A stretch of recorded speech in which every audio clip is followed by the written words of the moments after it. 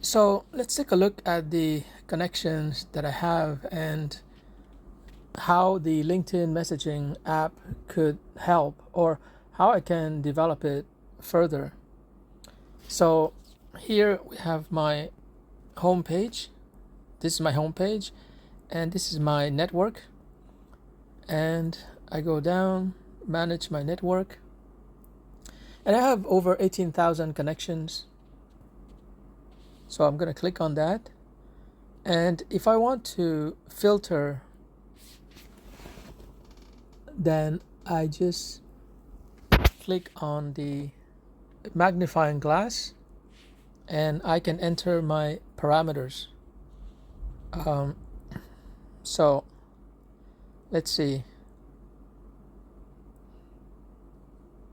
Yeah, I click on the widget on the left hand side and I can filter, let's say, according to keywords. So in the title, I'm going to put salespeople because I want to sell the LinkedIn messaging app to salespeople. Obviously, they would have an incentive to try out this product.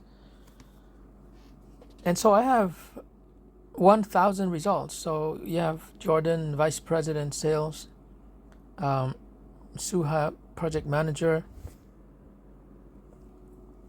Jerome, Marketing and Sales, Guido, Nadine Garneau. So all these people, I want to sell the LinkedIn messaging app too. And if you bought the app with resale rights, you can also sell to these people.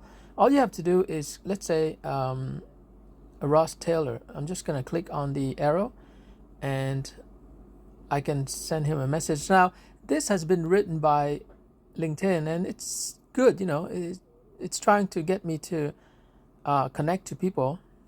But, it doesn't have enough information.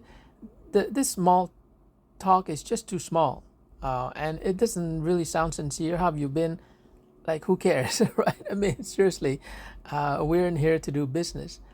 In fact, I care, but if I really care, I would ask Ross something more specific about that pertains to his background. So I'm gonna check out Ross here, Vice President. He has 785 connections, and here he's been Vice President for 11 years. Wow, okay.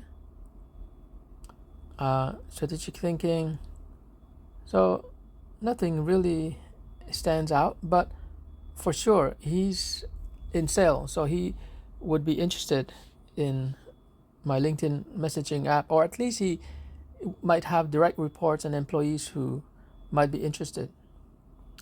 So these are salespeople. I'm gonna invite them to try out my app. So let's try another filter. Let's say marketing.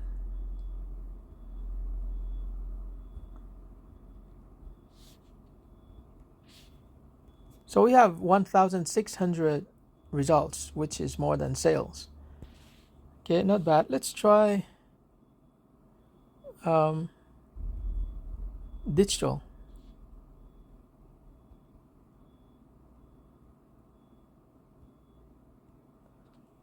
We have 1,000 results. So these are people who are usually in digital marketing. They might be interested in my LinkedIn app. So these are 3 different types of professionals, and I probably should have 3 different versions of the LinkedIn messaging app. But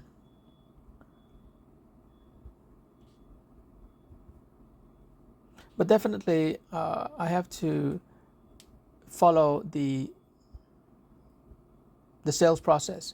So let's talk a little bit about the sales process, because I feel it's quite important, and a lot of people on LinkedIn do not follow this sales process, and that's why they're probably not successful.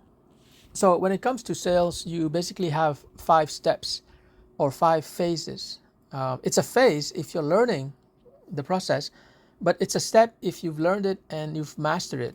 So the difference between a phase and a process is that a phase is where you're practicing, where you're learning, where you're studying. So it's not a step yet. The step is very quick, right? But a phase can take some time. So you have to really study and master each phase before it becomes a 5-step process. So the first phase is rapport building. And online, on LinkedIn or Facebook or elsewhere, it's more important than ever to develop ways to build rapport, because you can't really meet people in person. It's not a rich interaction, right? In person, you shake their hands and you see their facial expression, the body language. But online, you don't have any of that. So you're already at a disadvantage when it comes to getting close to people and making them feel comfortable. On the other hand, it's advantageous online because you can meet so many people and you can practice so many ways to build rapport. Rapport is really the degree to which you feel comfortable with people. You feel that you can trust them somewhat. It doesn't mean you trust them 100%, but you feel that this person is credible, trustworthy, and you're giving him or her a chance to talk to you. So you have to build rapport. It's kind of like a quick emotional or psychological connection. So for example, if I'm talking to digital marketers, then there's instant rapport because we're in the same field. If I talk to people in sales, I can mention that I used to develop and teach a course in sales for 15 weeks for the English Montreal School Board. So they know that I know about sales because I've been teaching it. And so there's instant rapport. Another example is if I reach out to entrepreneurs, especially software entrepreneurs, so there's rapport right there. So you have to build a rapport. And what is the purpose of building rapport and building this rapprochement or this close connection? Well, it's so that you can get to the next phase, which is going to blow it up. Needs assessment. So this is where you have to ask them, or you have to infer from your observations what they need. It's probably better to ask them, even if you can infer their need, right? You ask them what they need and what's their budget and what's their preferences and what their experience has been in the past in your product category. And so if you've built rapport, people trust you enough to tell you what they need. Usually people are very sincere. It's different from objections, which we'll talk about in a minute. But if you tell people what they need, you ask people what they need, they're usually going to tell you. But you need to go further, like ask them to tell you more about what they need. So for example, the other day I was shopping at Best Buy and somebody asked me, like, how do I want to use a laptop, for home or for office? So there's a big difference, right? For office, it's different than from home. Home maybe for games, watching movies, but for office, I probably need a more powerful laptop computer. So the salesperson has to really ask people what they need. And this is something that I feel is missing with a lot of people on LinkedIn who are pitching something and they're sending a cold message asking something like, send us your requirements. And, I find that it's totally so unprofessional. A lot of companies from India, I have nothing against India, but I don't know why they do that. Is it working really? I mean, you don't write to someone for the first time and just pitch your service and ask them what they need or technically their requirements. I mean, there's no rapport. Why would I tell you what I need or what my requirements are? So it's kind of unprofessional, but I have no idea. If so many people are doing it, maybe it works. I don't know. Anyways, the next phase after they tell you what they need is you have to present your solution or your products. So you do a dramatic presentation if possible, but even a non-dramatic presentation is good because you're presenting to them something that is relevant, that is germane to their needs. And of course, at the end, you don't have to ask them. They're going to raise objections. That's usually the case for products and services that are, let's say, more expensive, let's say over $1,000.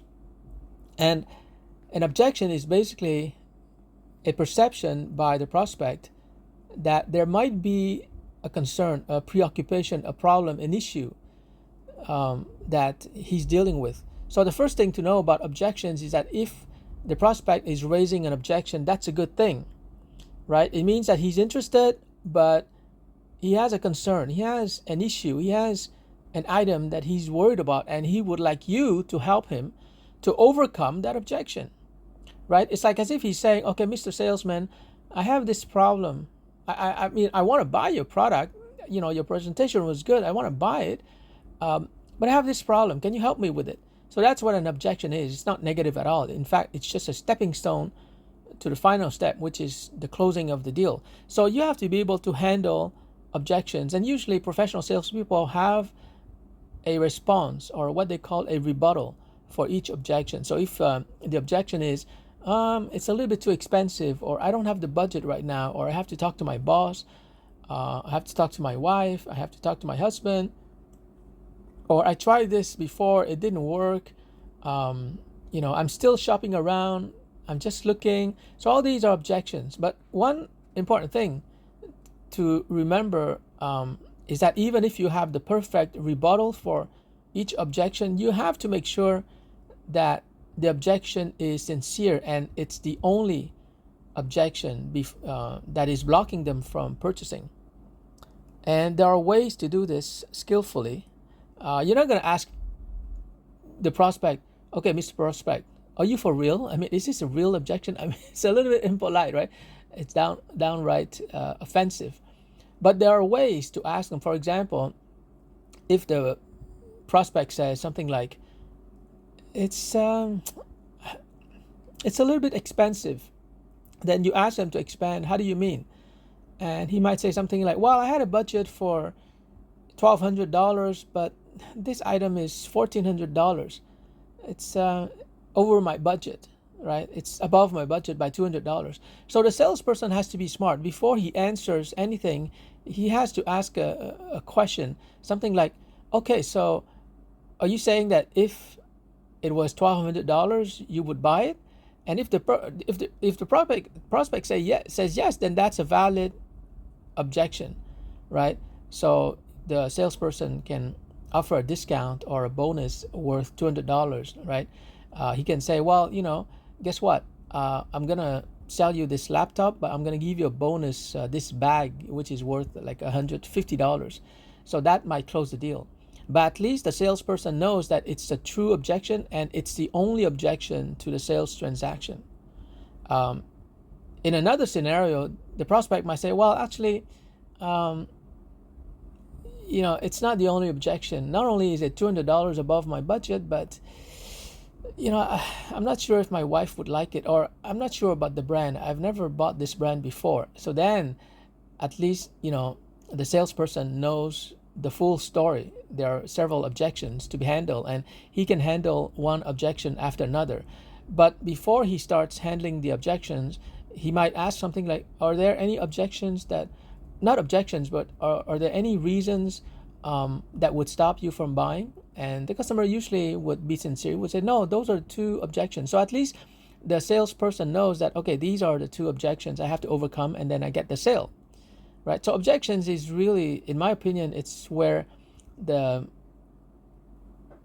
good salesperson will differentiate himself or herself from the not so good salesperson.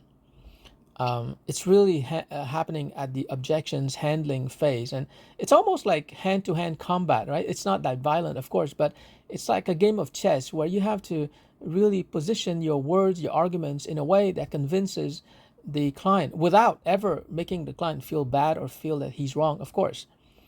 Because rapport, that can be orchestrated ahead of time, it can be engineered. Needs assessment, well, you're going to ask them what they need, and either they answer you or they don't. Presentation, it's totally under your control.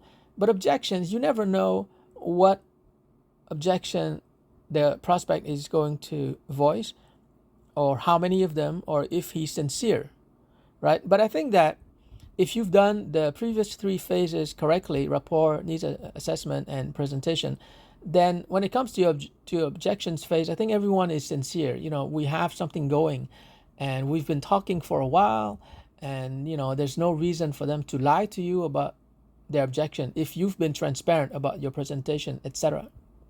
Right? So it's each phase depends on how well you've executed the previous phase. So assuming that you've handled the objections correctly, then we go to the final phase, which is the closing. And the closing is something that can be done very quickly.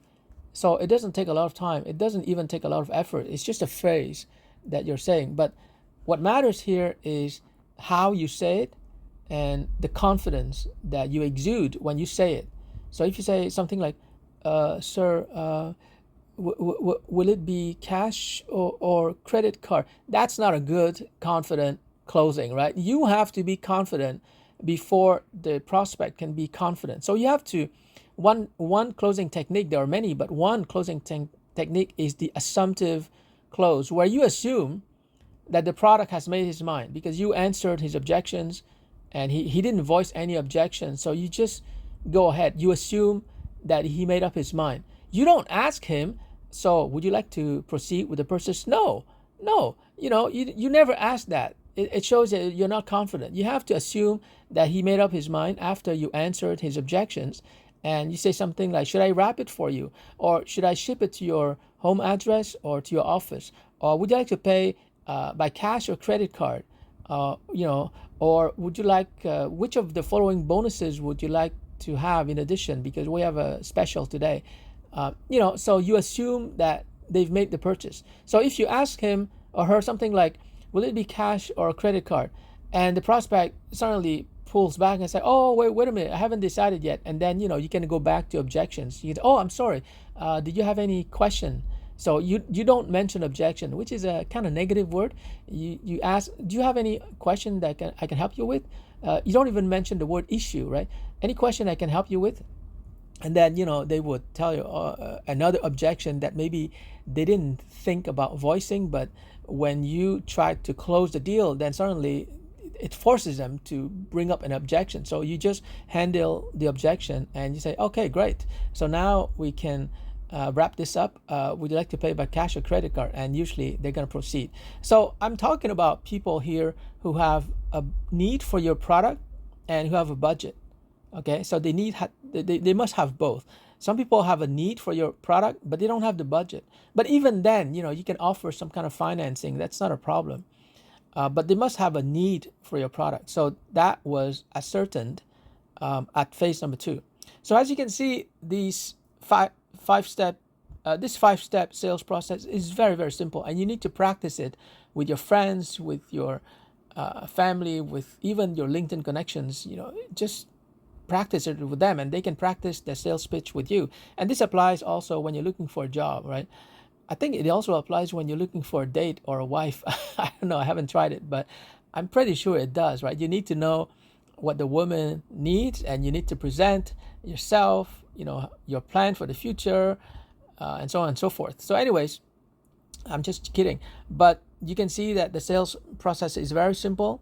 And if you follow this process, you're going to be as successful as I have been in my sales and marketing career. It's really not rocket science. The problem is that most people don't know what selling is all about. They think that selling is just pitching a product and trying to use some psychological tactics in order to close the deal. Now, there might be a few tactics, but they're totally ethical.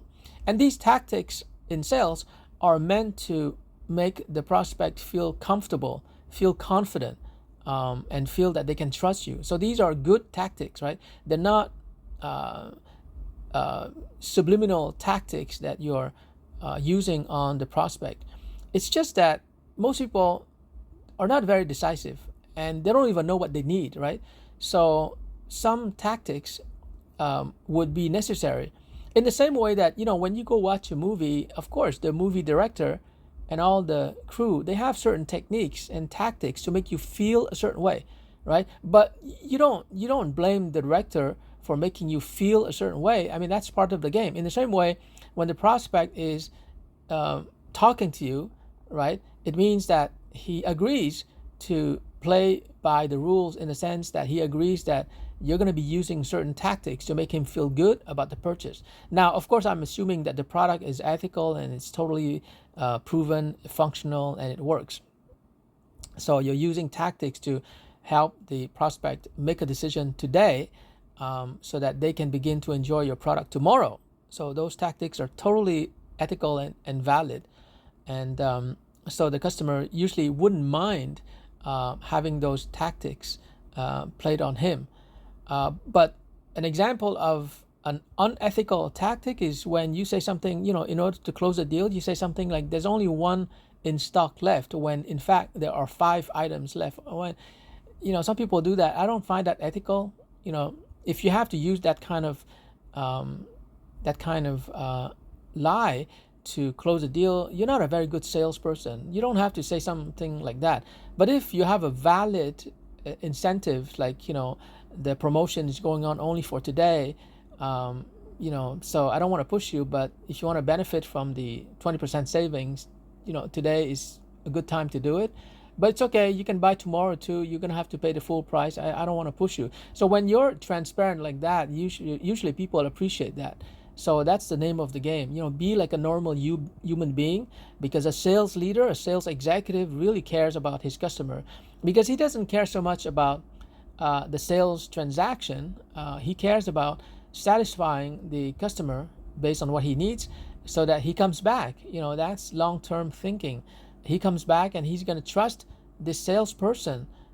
He's going to trust that he's going to be told the truth, and he's going to make the best decisions for himself and for his family. And therefore, if you're a good salesperson, you want cash flow. You want the customer to come back to you over and over again, and you're going to make so many commissions, as opposed to trying to get a deal right now and then trying to push the person to buy. And they might buy, but they don't like the way that you've gone about it, and then they're not going to come back to you. They're going to come back to another salesperson, and the other salesperson will get the commission. So it's important to, yes, use tactics to get a sale right now, today, but also do it in a way that makes them want to come back to see you, because you're trustworthy, you're transparent, you're honest, you're upfront, you tell them the truth, you're being very objective about the features and the pros and the cons of your product and how it fares against the competition.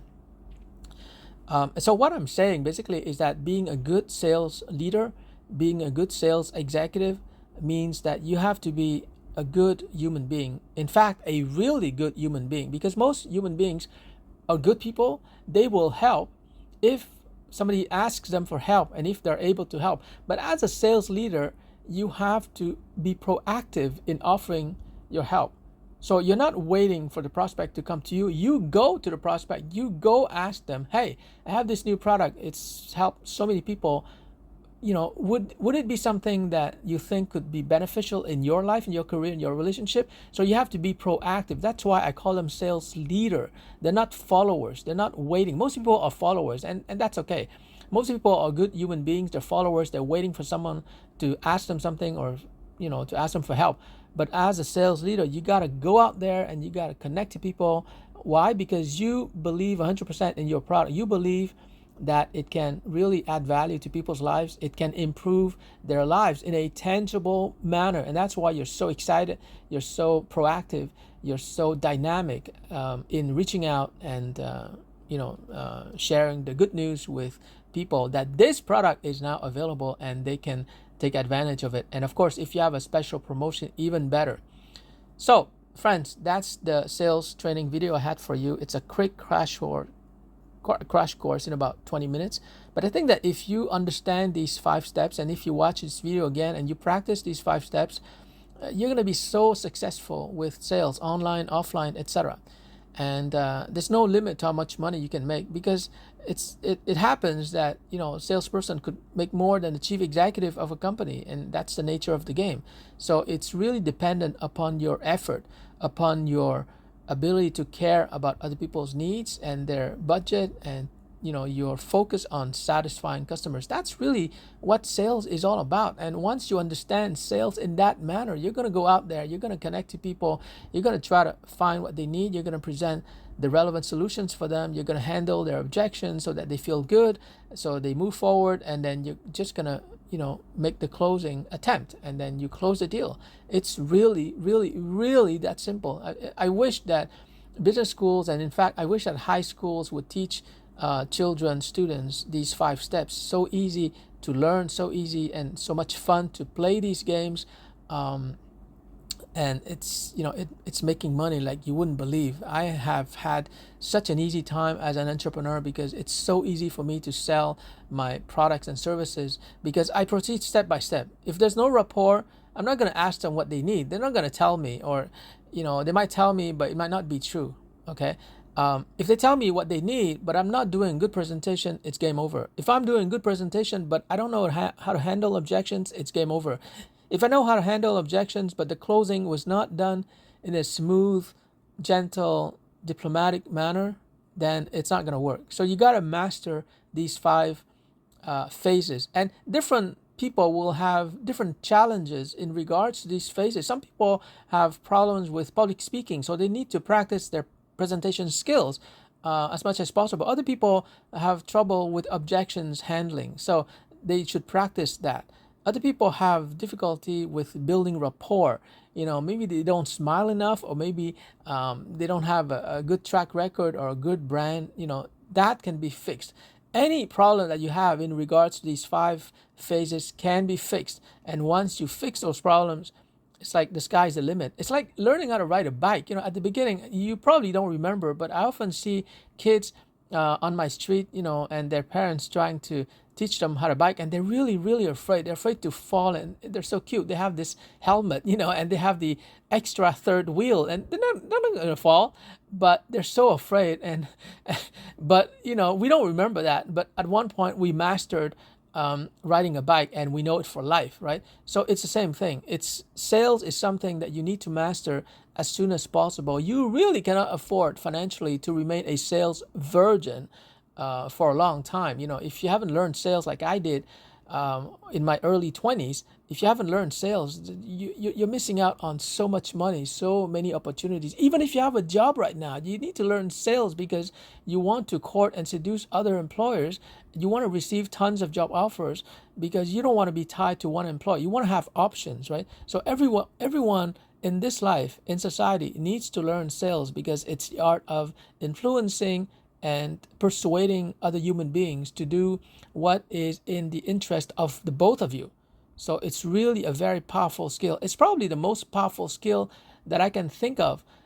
Whether you use ChatGPT or not, whether you use Zoom video or not, whether you have the best smartphone or not, it doesn't matter. What ultimately matters is whether, in a one-on-one conversation, whether you can convince another human being to purchase your product because it is in the interest of the both of you. That's really, really what matters. So anyways, guys, that's my 30-minute crash course for you. I hope you appreciate it and you like it. And if you did, please share it with your friends and family. They will appreciate it. And I'll see you in the next video.